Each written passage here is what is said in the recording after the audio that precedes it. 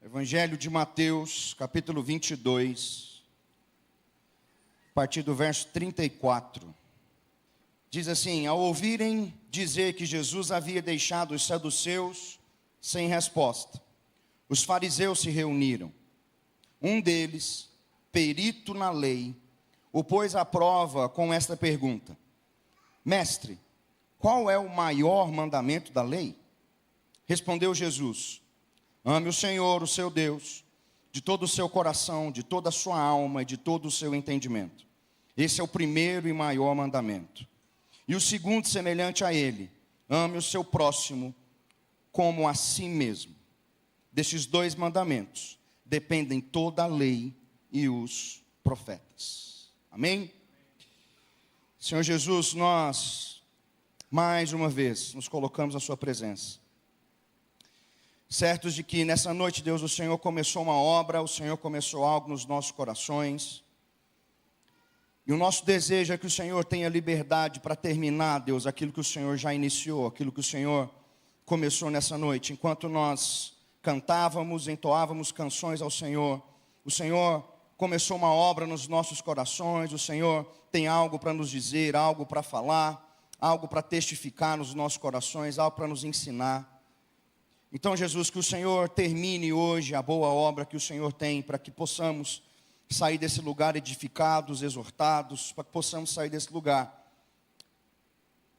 mais parecidos com o Senhor. Esse é o nosso desejo, em nome de Jesus. Amém. Amém.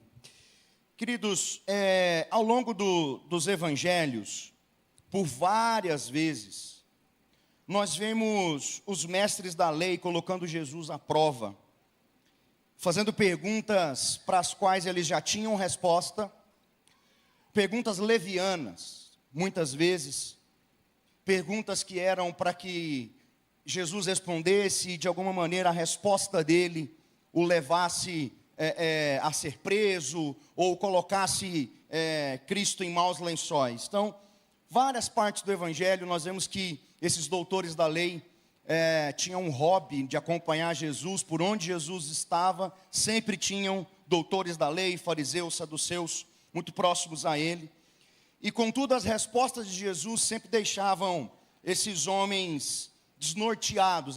As respostas eram sempre muito sábias, muito inteligentes, e as respostas sempre, na maioria das vezes, revelavam a hipocrisia de quem estava fazendo a pergunta. Revelava que, na verdade, havia uma maldade no coração de quem fazia a pergunta. Se você volta aí na sua Bíblia, com a sua Bíblia aberta, no início do capítulo 22, talvez você vai poder correr o olho aí e ver que os fariseus chegaram a Jesus e fizeram para ele uma pergunta a respeito dos tributos, a respeito de pagar os tributos a César. O que Jesus achava disso? E no verso 21 do capítulo 22, nós vamos ler aquela famosa resposta de Jesus: dai a César o que é de César e dai a Deus o que é de Deus. O texto continua e logo após os fariseus fazerem essa pergunta para Jesus, indagarem Jesus, os saduceus agora, eles eram todos judeus, mas eles eram de grupos diferentes. Os fariseus, eles eram bem zelosos, eram bem rígidos na adoração a Deus. E para eles, a ressurreição era uma verdade, era uma realidade. E eles eram extremamente rigorosos no cumprimento da lei. Os saduceus eram outro grupo, um pouco menos rigorosos, já eram mais dedicados à política, lideravam o templo, mas eles não acreditavam que havia ressurreição. Para os saduceus, não havia ressurreição. E é justamente sobre isso que eles vão perguntar a Jesus, se haveria ressurreição. Eles vão falar para Jesus, dar um exemplo, contar uma história para ele, que é uma coisa até meio impossível. Falar: uma mulher é casada com um homem, esse homem tem 7 irmãos, morre o marido dela, ela casa com o segundo irmão, morre o segundo, ela casa com o terceiro, e assim até o 7º, né? Que mulher é essa, né, gente? Mas aí eles perguntam: tá bom, na ressurreição ela vai ser esposa de quem? Essa é a pergunta deles, mas eles não acreditavam na ressurreição. E a resposta de Jesus é: vocês estão preocupados, vocês estão focados em coisas que não fazem sentido, que não tem sentido, porque na ressurreição serão como os anjos, não vão, ou seja, vão ser eternos, não vão ter essas preocupações. E aí começa o texto onde nós lemos a partir do verso 34, que depois dos saduceus terem sido emudecidos pela resposta de Jesus, agora os fariseus se reúnem mais uma vez, e um deles, um doutor da lei, ele se posiciona, ou seja, um homem extremamente versado na lei, que conhecia muito a lei, e ele vai perguntar para Jesus qual era o maior dos mandamentos da lei. Mais uma vez, quem pergunta já conhecia a resposta. Porque havia uma oração uma oração sagrada para os judeus, chamada Shema. Essa oração, eles tinham que fazer, e um judeu fiel, ele fazia essa oração todas as manhãs e pela noite mais uma vez. E ela era recitar um pedaço de Deuteronômio capítulo 6, verso 4 e 5.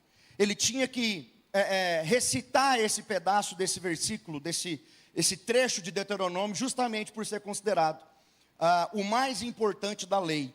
Deuteronômio capítulo 6, verso 4 diz: ouça, ó Israel, o Senhor, o nosso Deus, é o único Senhor. Ame o Senhor, o seu Deus, de todo o seu coração, de toda a sua alma e de todas as suas forças. Então, quando Jesus responde para ele responde dentro da lei, daquilo que aquele homem acreditava. Só que Jesus vai além. Ele dá uma resposta mais completa. Ele fala: olha, mas tem um segundo mandamento, que também é tão importante quanto o primeiro. E aí Jesus cita Levítico capítulo 19, no verso 18. Quando nós lemos Levítico 19, 18: não procurem vingança, nem guardem rancor contra alguém do seu povo, mas ame cada um o seu próximo, como a si mesmo. Eu sou o Senhor.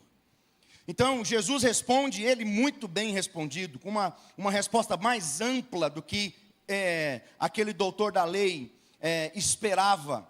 E ele fala, olha, e Jesus ainda termina dizendo, e toda a lei, toda a lei e os profetas dependem dessas verdades. Mas só tem uma verdade sendo dita nesses dois textos, que é a respeito do amor.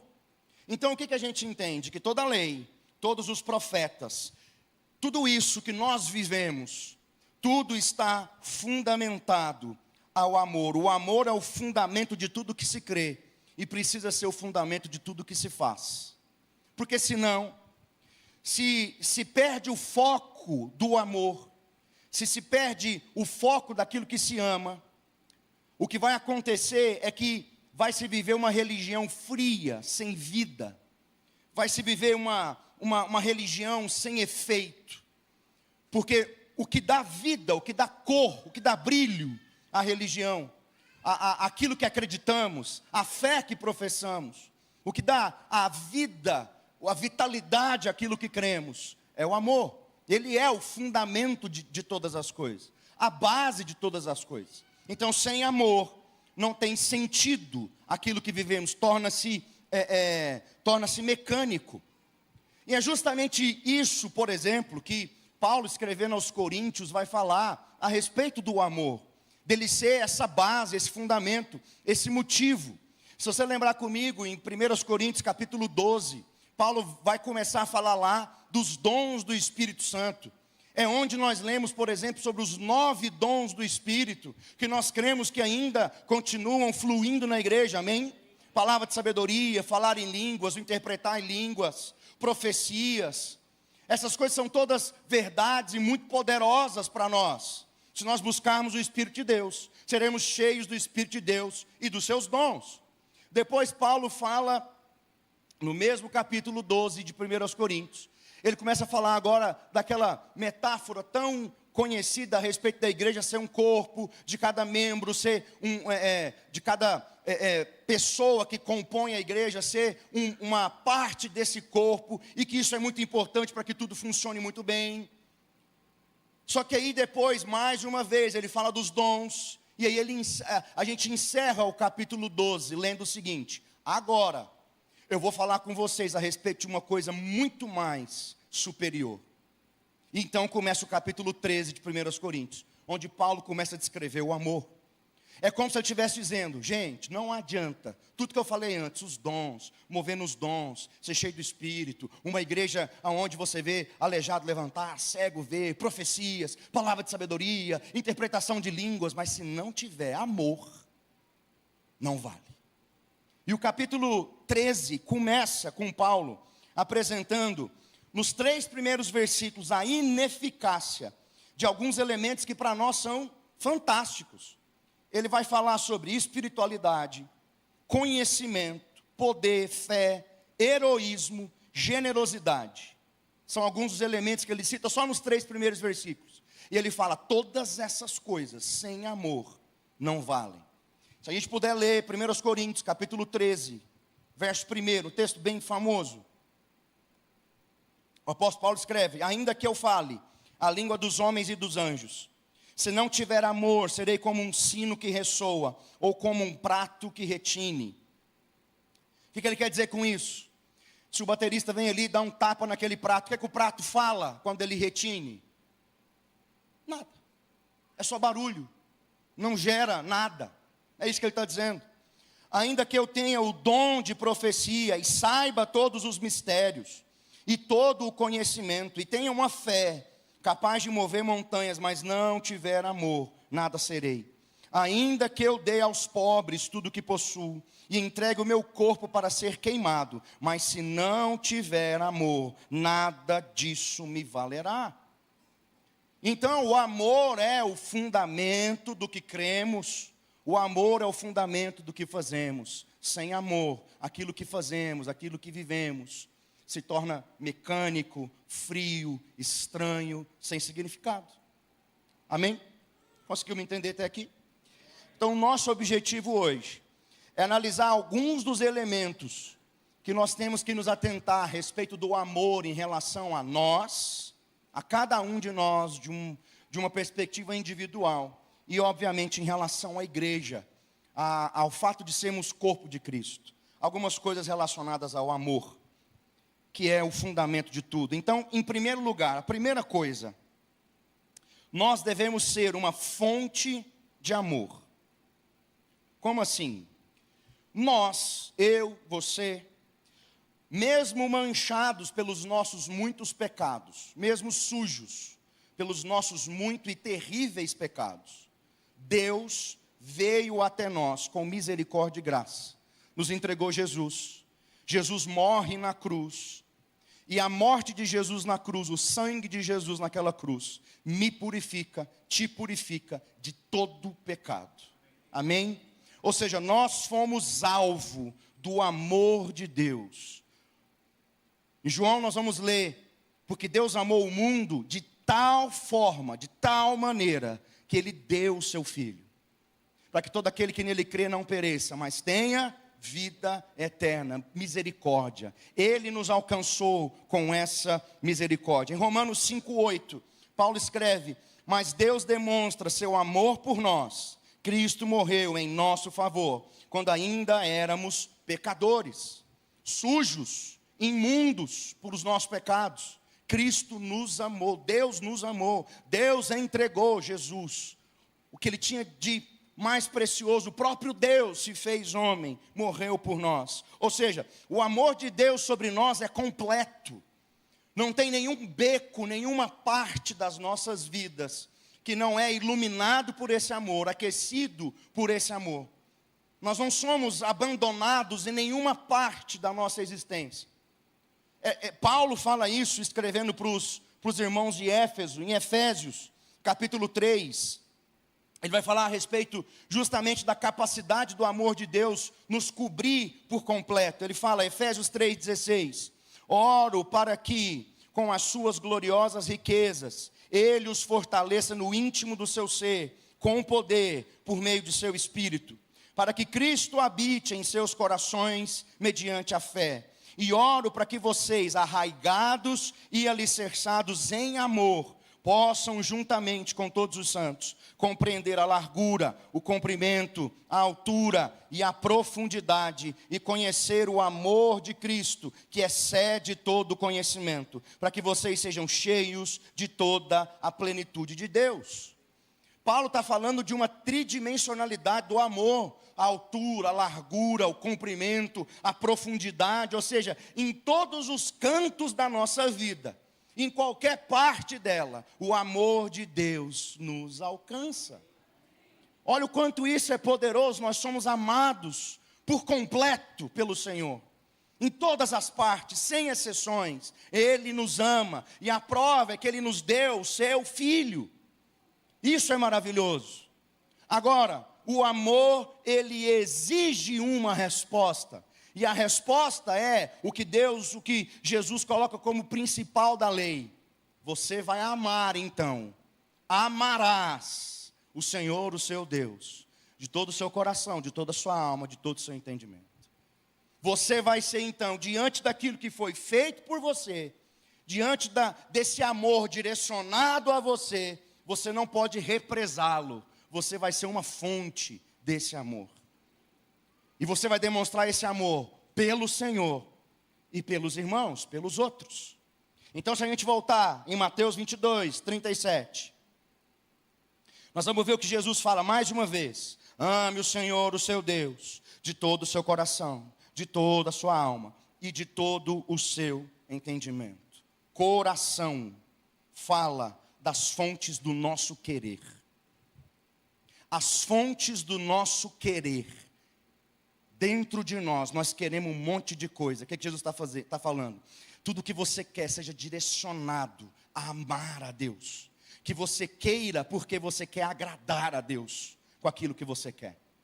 Depois ele fala, ame ao Senhor com toda a sua alma. E isso fala das emoções, do sentir. Tudo aquilo que sentimos deve ser por essência em louvor a Deus, em amor a Deus.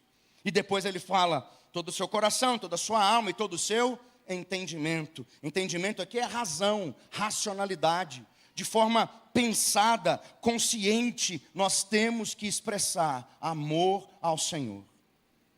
Então, percebe que da mesma forma completa com a qual nós fomos alcançados, nós precisamos também amar. Amar ao Senhor com tudo que nós somos, corpo, alma e espírito. Com o nosso querer, com as nossas emoções, com a nossa racionalidade, nós precisamos dar tudo ao Senhor. Amém? Mas não só ao Senhor. Ele vai dizer no verso 38, 39, que nós lemos, de Mateus 22. E o segundo mandamento, semelhante ao primeiro, é amar o próximo como a si mesmo. O homem foi feito à imagem de Deus. Cristo morreu naquela cruz para dar oportunidade para todos os homens, todos, qualquer um, em qualquer canto dessa terra, de qualquer nacionalidade, qualquer pessoa que confessar Jesus, que crê no coração e confessar com os lábios, Cristo é o Senhor, será salvo. Essa é a verdade, por isso que Cristo morreu. Agora, é impossível nós falarmos de amor ao Senhor, amarmos ao Senhor, amar o Senhor, eu amo Jesus com todo o meu coração, com toda a minha alma, com todo o meu entendimento, mas não demonstrar esse amor pelo outro, pelo irmão. É impossível, porque foi para o irmão também, pelo outro também, que Cristo morreu. Em 1 João, capítulo 4, verso 20. 1 João 4, 20, a gente lê um pouco a respeito disso. 1 João 4, 20 diz, se alguém afirma, eu amo a Deus, mas odiar seu irmão, é mentiroso. Pois quem não ama o seu irmão, a quem vê, não pode amar a Deus, a quem não vê. Ele nos deu esse mandamento, quem ama a Deus, ame também o seu irmão. Paulo, escrevendo aos Romanos, no capítulo 13, no verso 8, ele vai dizer que nós somos devedores de amor. Olha o que ele diz, Romanos 13, 8. Não devam nada a ninguém, não deve nada a ninguém, combinado? Nada, a não ser o amor de uns pelos outros. Pois aquele que ama seu próximo tem cumprido a lei. Então, não é impossível falarmos de amor ao Senhor sem falar de amor ao outro. Agora, tem gente que é muito fácil amar. Tem ou não tem? Gente que é muito de boa, muito legal. Você conhece a pessoa e fala, nossa, a gente ama facinho aquela pessoa, porque ela é legal. Mas você também consegue juntar o nome de uns 30, 40 aí na sua cabeça, que não é legal amar. Que na verdade é um sacrifício maluco amar, porque o indivíduo não ajuda. É ou não é verdade? E aí, o ensino de Jesus, ele vai também para esse lado. Eu tenho que amar só quem eu gosto? Não. Mateus capítulo 5, no Sermão da Montanha, no verso 43, Jesus vai dizer, vocês ouviram o que foi dito. Ame o seu próximo e odeie o seu inimigo. Mas eu lhes digo, amem os seus inimigos. Orem por aqueles que os perseguem, para que vocês venham ser filhos de seu Pai, que está nos céus. Porque Ele faz raiar o sol sobre os maus e os bons, e derrama a chuva sobre os justos e injustos.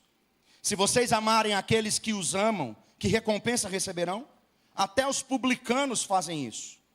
E se vocês saudarem apenas os seus irmãos, o que estarão fazendo demais? Até os pagãos fazem isso. Portanto, sejam perfeitos como perfeito é o Pai Celestial de vocês. Aí o buraco já é um pouquinho mais embaixo. Porque eu não posso amar só quem é muito legal. Eu preciso amar os meus inimigos. Aqueles pelos quais eu não tenho tanto afeto assim. Aqueles que não me agradam tanto assim. Sabe, aquele que pensa completamente diferente de você? Pois é, ele, ela, tem que amar. Só que a grande questão e a confusão que nós não podemos cair, porque é uma das distorções do nosso tempo, é entender que Jesus está falando sobre se aliançar. Ele não falou em momento nenhum sobre se aliançar com o inimigo, ter uma amizade íntima e profunda e sincera com ele. Ele não disse sobre isso. O que ele está falando é sobre não pagar o mal com o mal. Sobre não fazer com o outro aquilo que muitas vezes nós poderíamos fazer para prejudicar, mesmo que ele seja mal.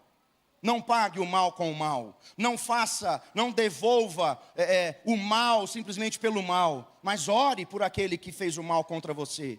Ore por aquele que te persegue. Dobre os seus joelhos e diga um nome. É difícil isso? Ou é difícil só para mim? É complicado. Mas ele não fala em momento nenhum sobre considerar que aquilo que essa pessoa faça seja certo. Porque há essa distorção que amar significa aceitar o outro como ele é. Significa dar ao outro a oportunidade de que ele viva a vida dele como ele quiser. Isso é amor. Mas Paulo, escrevendo lá o texto aos Coríntios, no capítulo 13, no verso 6, vai falar: o amor não se alegra com a injustiça, mas se alegra com a verdade. E o que é a verdade? João 17, 17. Santifica-os pela palavra. A tua palavra é a verdade. Acertei? O texto acertei. João 17, 17. Santifica-os na verdade. A tua palavra é a verdade. Ou seja, o amor não se agrada do erro. Ele não coopera com o erro. Ele não entende o erro. Aquilo que é errado, porque o amor se dá para a verdade. Mas o outro lado é: ore pelo seu inimigo. Dobre os seus joelhos, interceda por aqueles por qual você não tem tanto afeto assim. Amém? Então, em primeiro lugar, nós precisamos ser uma fonte de amor. De nós precisa jorrar amor para com o Senhor e para com o outro. Amém? Em segundo lugar, há um detalhe no versículo que ele fala sobre amar o próximo, que a gente não pode deixar passar despercebido. Ele fala: você vai amar o próximo de que jeito? Como a si mesmo. Quer dizer que, em certo nível, o amor de si mesmo é saudável. O amor que você tem por você mesmo, o amor que eu tenho por mim mesmo, em certo nível ele é saudável. Esse amor, ele não é por si mesmo pecado. A forma desorganizada dele é que é pecaminosa. A forma descabida de se viver o amor por si é que é pecaminosa. Mas sobre alguém que tem um Cristo em seu coração, alguém rendido à pessoa de Jesus Cristo, esse amor por si será saudável, será na medida correta.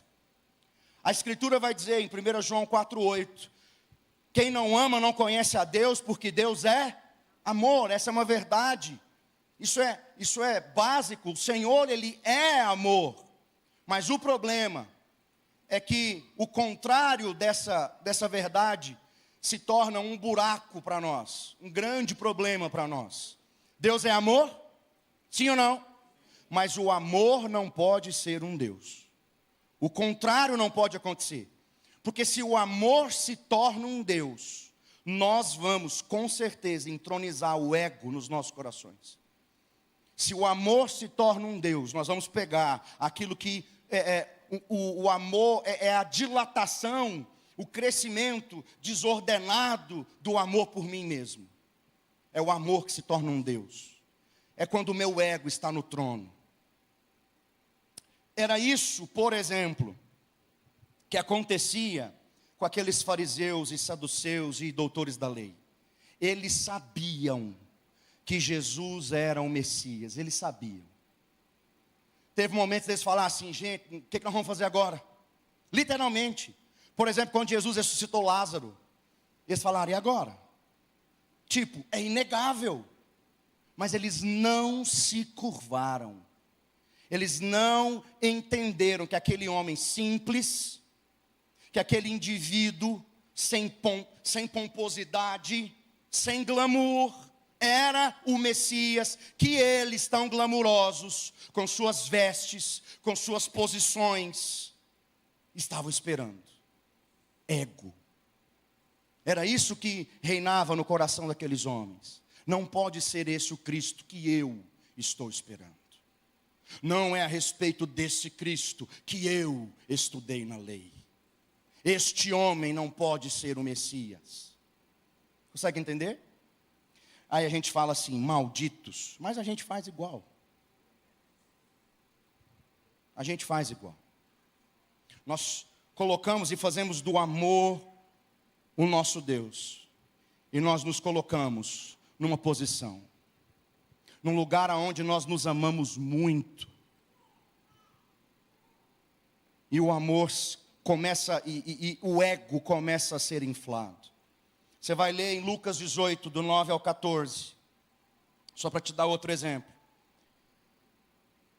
Que o fariseu chega para orar, e um publicano também. E como é que é a oração do fariseu? Ó Deus, obrigado, porque eu não sou como aquele publicano. Eu jejuo. Eu sou um homem de muita fé. Deus, eu vou na igreja, eu vou na célula, eu vou no sexta-feira, eu vou no culto de jovens, eu vou nos 2 cultos domingos. Senhor, precisa ver o tanto que eu sou crente, o tanto que eu estou pertinho do Senhor. Aí Deus pergunta, e quando proximidade significa semelhança? Proximidade não significa semelhança. Aqueles fariseus, se é para ter alguém perto de Deus, eram os fariseus. Eles sabiam tudo. Oravam, se dedicavam, estavam próximos, mas eram podres por dentro. A proximidade não significava semelhança. Judas andou com Jesus, viu como Jesus fazia, viu Jesus fazendo coisas que não estão escritas para nós no Evangelho, nos Evangelhos. Mas no final, ele colocou para fora que era um traidor. Proximidade não significa semelhança. Nós precisamos tomar cuidado. E nós precisamos então nos autoavaliar. Qual é o amor que está assentado no trono dos nossos corações? Se nós percebemos esse ego assentado lá, nós precisamos nos arrepender e rapidamente tirá-lo de lá. Porque o caminho para o qual ele nos leva é um caminho destrutivo. Amém? Em terceiro lugar, Queria falar com você sobre os amores rivais. Se você for em Lucas 18, do 18 ao 25, a gente não vai ler, é um texto um pouco mais longo.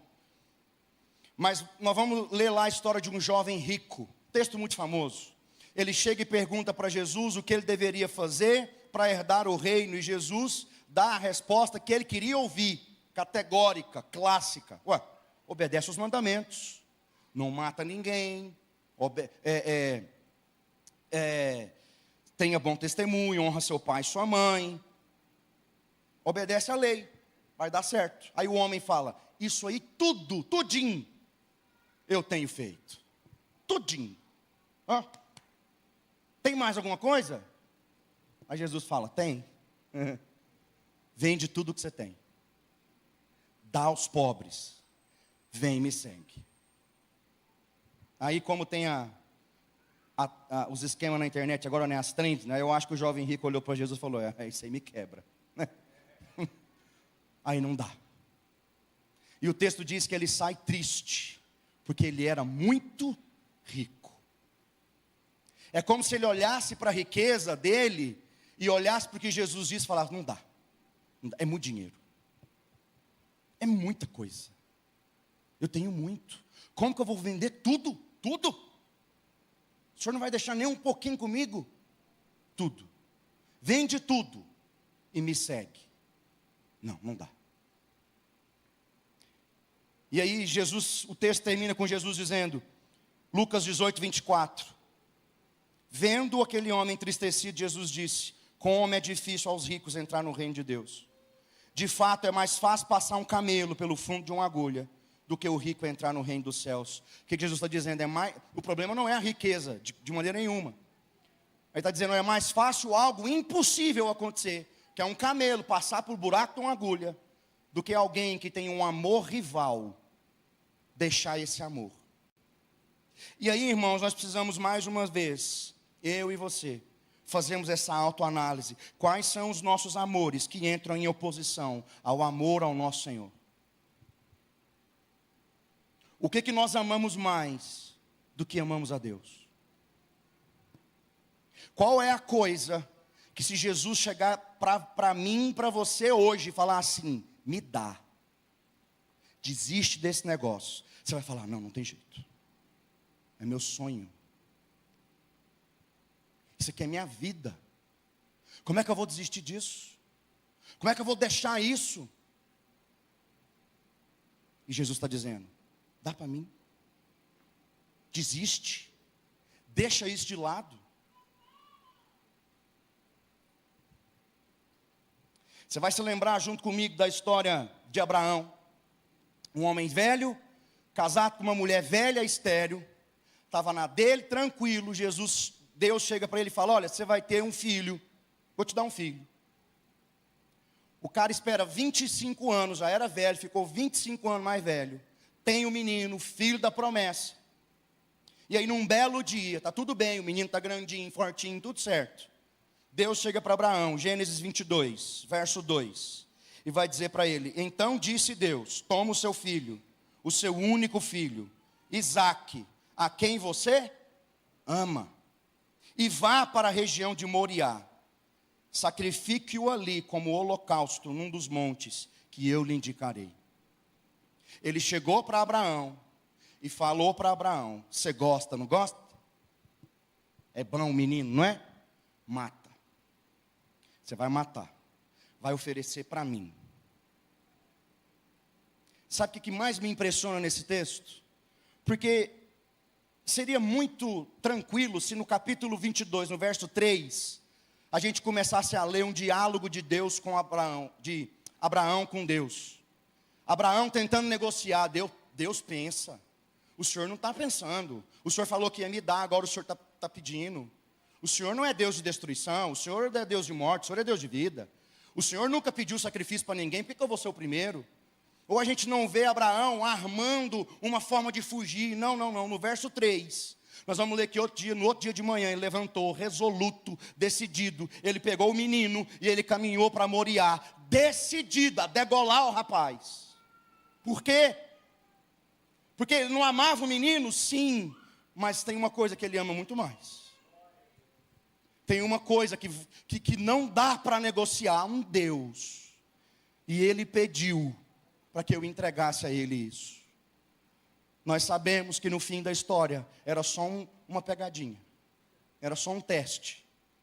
Abraão não matou o menino. Mas o que Deus viu em Abraão? Ele me ama. O escritor aos Hebreus vai dizer que a fé de Abraão era tamanha no Deus que ele servia, que ele pensava assim, eu acho que Abraão ia pensando e falando assim, eu vou degolar. Não, acho que eu vou dar no peito. Não sei o que eu vou fazer, mas eu vou matar. E Deus vai ressuscitar para manter a promessa que ele fez para mim. Essa era a fé daquele homem. Mas ele não, em momento nenhum, não há um texto onde Abraão diz para Deus que ele não vai fazer, onde ele hesita. Ele vai, porque Deus era o seu maior amor. Não haviam amores rivais. Então eu volto com a pergunta, o que Deus, se pedir para mim e para você hoje, a gente tem condição de olhar e falar, Deus, é demais isso que você está pedindo, é muito. Uma coisa que você gosta muito, um negócio que você fala, isso sou eu, isso é a minha essência. Deus fala, deixa isso de lado. Ame a mim, mais do que você ama esse negócio. Isso é importante pensar. Nós não podemos cultivar amores rivais. Amém? E em quarto lugar, quando a gente olha para a igreja dos dias de hoje, um dos maiores entraves que a igreja vive nos dias de hoje é a tentativa de encaixar o evangelho ou encaixar a própria pessoa de Deus em formas que nós acreditamos ser o correto. É como se nós tivéssemos o poder de determinar como, onde, quando e com quem Deus vai agir. Já viu gente que fala assim, não, Deus não faz as coisas desse jeito. Não, isso não é de Deus. Aquilo não é de Deus. Já viu isso? E aí nós vamos fazer de posições teológicas e essas coisas, posicionamentos políticos, posicionamentos teológicos, eventos gospel, letra de música, tudo vira briga, discussões. É um querendo aparecer, é o amor pela razão. Não a razão como raciocínio, a razão como o ato de ter razão. Eu estou certo e você está errado. Eu sou arminiano, você é calvinista, eu estou certo e está errado. Pronto, acabou. E a gente fica naquela briga, tentando provar quem é melhor, quem está certo, quem não está, onde que o outro errou. E a gente não vai chegar em lugar nenhum com isso. É o amor por ter razão, por estar certo. E aí, eu queria que a gente analisasse a equipe de Jesus, a equipe que Jesus levantou para andar com ele mais próximo, os 12. Porque a gente sabe que Jesus escolheu homens improváveis. Mas tem um detalhe que eu queria que a gente observasse. Vai comigo para Mateus, capítulo 10, verso 1. O contexto aqui é que Jesus está mandando esses camaradas de 2 em 2 para irem pregar o evangelho, libertar os cativos, ressuscitar os mortos, curar os enfermos, expulsar demônios, de 2 em 2. E o texto vai dizer, Mateus 10, 1. Chamando seus 12 discípulos, deu-lhes autoridade para expulsar espíritos imundos, curar todas as doenças e enfermidades. Estes são os nomes dos 12 apóstolos. Primeiro, Simão, chamado Pedro, e André, seu irmão. Tiago, filho de Zebedeu, e João, seu irmão. Filipe e Bartolomeu, Tomé e Mateus, o publicano. Tiago, filho de Alfeu, e Tadeu. Simão, o Zelote, e Judas Iscariotes, que o traiu. Mateus apresenta os 12. E aí, na maioria dos casos aqui, da apresentação do nome dos discípulos, dos 12, 10 se encaixam em 3 formas de apresentação, uma das 3. Ou só fala o nome, ou fala que ele é o fulano irmão do ciclano, ou fala que ele é o fulano filho de alguém. É uma dessas três. Isso acontece com 10 dos 12. Mas tem 2 que não é assim. Que não fala de quem eles são irmãos, que não fala só o nome, não fala de quem eles são filhos, mas fala o que eles eram antes de encontrar Jesus. Quando Mateus escreveu, ele escreveu, se a gente voltar no texto, ele não disse, por exemplo, Simão, chamado Pedro, o que era pescador. Não, ele falou isso. Ele falou Simão, chamado Pedro. Só tem 2 para os quais se fala o que eram. Mateus, o publicano. Simão, o zelote. Só esses 2. Eu acredito que isso é porque é uma divergência muito grande entre um zelote e um publicano. Uma divergência muito grande. Os zelotes, quem eram os zelotes? Eles eram um partido, um grupo, que se assemelhava muito aos fariseus. Eles tinham uma crença muito parecida com a crença dos fariseus. Mas eles eram um grupo que começou no ano 6 depois de Cristo, por um homem chamado Judas o Galileu. Esse cara se levantou e começou uma guerra armada, uma revolta armada contra Roma. E é com ele que começa o grupo dos zelotes.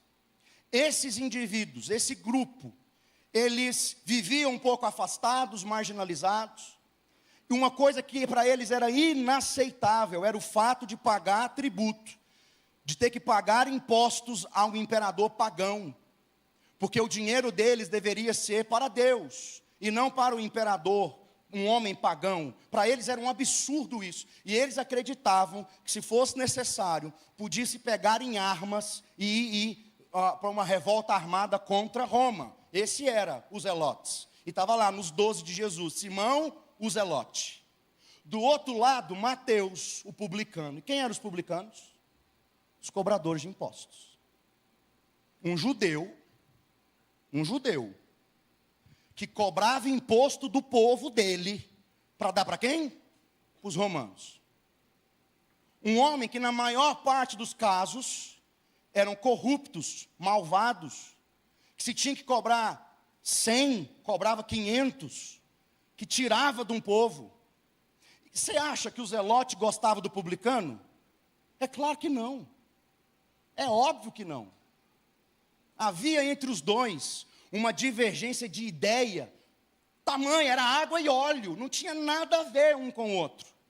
Mas em nenhum versículo, em nenhum lugar dos evangelhos, a gente lê assim, e teve um dia lá que deu ruim, teve uma briga, né, teve um debate entre Simão, Zelote, Mateus, o publicano, o clima esquentou, e isso, né, fragilizou a equipe de Jesus. Não tem nada disso. Porque sabe o que aconteceu entre os dois? Nada. E a resposta do porquê que não aconteceu nada, porque para nós parece meio impossível, né? Conviver com alguém que a gente pensa completamente diferente, mas o que aconteceu com esses dois, a resposta está no capítulo anterior, Mateus capítulo 9, no verso 9. Lê comigo, Mateus 9, 9. Passando por ali, Jesus viu um homem chamado Mateus, sentado na coletoria, e disse-lhe, siga-me. Mateus levantou e o seguiu. Sabe o que aconteceu? Mateus estava lá, na coletoria. Isso aqui é o que eu faço. É disso daqui que eu vivo. A minha riqueza vem disso daqui.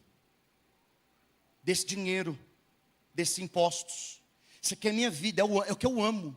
Eu estou aqui. Isso aqui que dá sentido para a minha vida. É isso que me traz a existência. Entendeu? Mateus estava lá. Só que aí passou Jesus e falou, Mateus, me segue.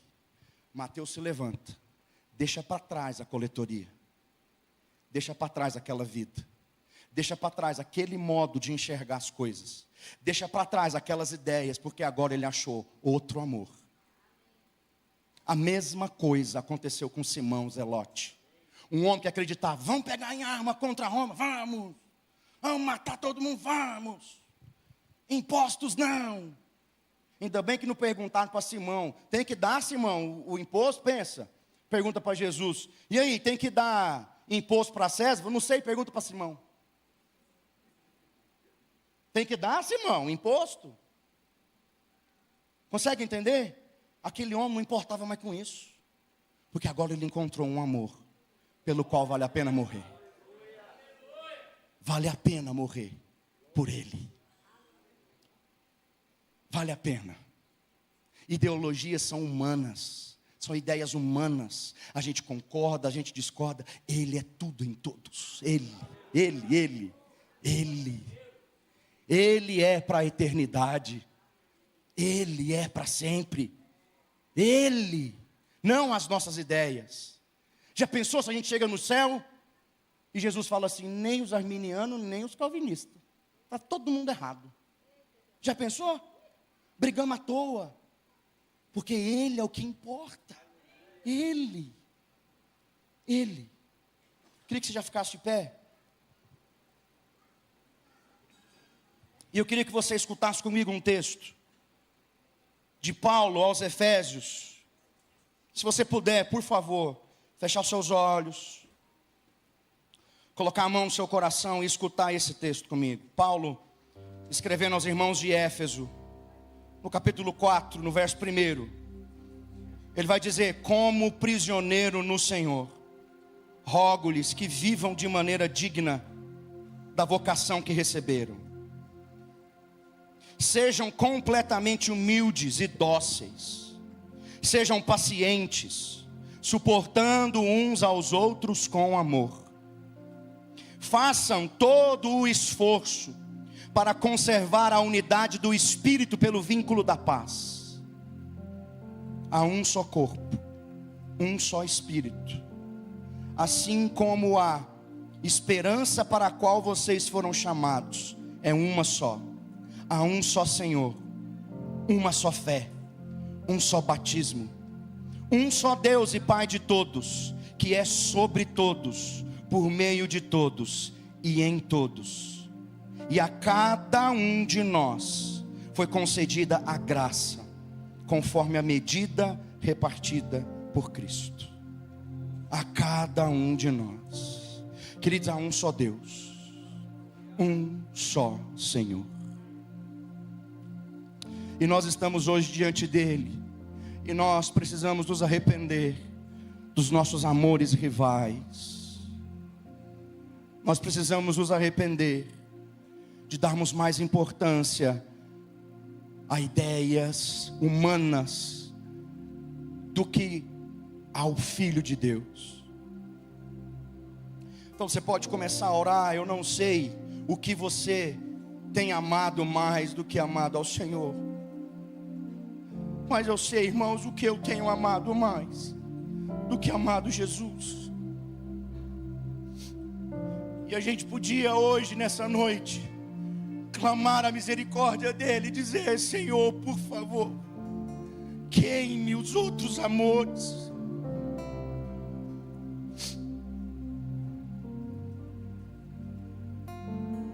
Eu não quero mais amar o dinheiro do que eu amo o Senhor. Eu não quero mais, Senhor, amar as coisas que eu tenho do que amo ao Senhor. Eu quero que o Senhor seja o meu maior amor, aquilo pelo qual eu tenho maior afeição. Não há nenhuma outra ideia, nada que concorra com o Senhor em meu coração. O ego não pode estar no meu coração. Senhor, arranque-o de lá e sente no trono do meu coração. Eu quero amá-lo, amá-lo mais do que qualquer outra coisa, mais do que o ar que eu respiro, do que a comida que eu como, mais eu quero amá-lo, amá-lo. Você pode começar a fazer essa oração e ter a coragem de entregar diante do Senhor os amores rivais e dizer: queime-os, Deus, pois eu quero amá-lo. Eu quero conviver com os irmãos e fazer todo o esforço para manter a união do Espírito pelo vínculo da paz. uma só igreja, um só povo, um só Senhor. E então o inferno recuará. Porque o inferno não teme uma igreja dividida, um povo dividido, um povo que canta, que ama o Senhor, mas é mentira. Agora, um povo que ama o Senhor, que se devota, que se arrepende, esse povo faz o inferno recuar e estremecer. Que o Senhor olhe para nós, que possamos ver o fogo nos olhos dele e nos arrependemos de termos levantado outros amores.